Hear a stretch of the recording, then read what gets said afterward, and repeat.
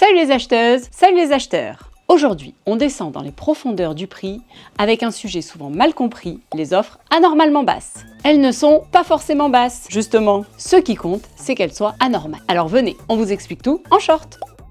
Une offre anormalement basse, qu'est-ce que c'est ? Une offre est anormalement basse lorsqu'elle paraît trop belle pour être vraie. C'est-à-dire que son prix semble incompatible avec une exécution correcte du marché. C'est le code qui nous le dit. Une offre anormalement basse est une offre dont le prix est manifestement sous-évalué et de nature à compromettre la bonne exécution du marché. Mais attention, une offre peut être qualifiée d'anormalement basse même si elle est plus chère que l'offre retenue. Par exemple, j'ai une offre pour une journée de prestation de peinture à 800 € et une deuxième offre pour 6 jours pour 1200 €. Le Conseil d'État l'a confirmé en jugeant qu'une offre 30% plus chère que l'offre retenue pouvait être considérée comme anormalement basse. Conclusion, tout est question de cohérence économique et pas seulement de montant. Mais comment la détecter ?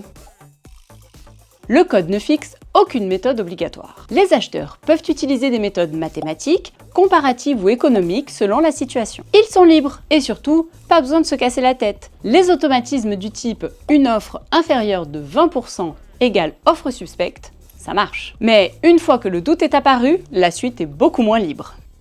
Que faire en cas de suspicion ? L'acheteur ne peut pas écarter l'offre immédiatement. Il doit d'abord engager la procédure contradictoire pour permettre à l'entreprise de se justifier. Les justifications doivent être appréciées concrètement. Prix des matières premières, innovation technique, conditions sociales, etc. Et là, une simple règle du type « offre inférieure à 20% égale offre anormalement basse » serait illégale. Et après l'analyse alors ?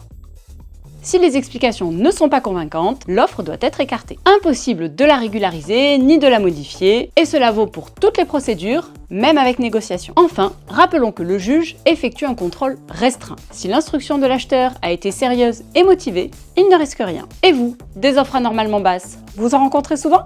Dites-le nous en commentaire. Quant à moi, je vous retrouve très bientôt pour toujours plus de shorts dans la commande publique.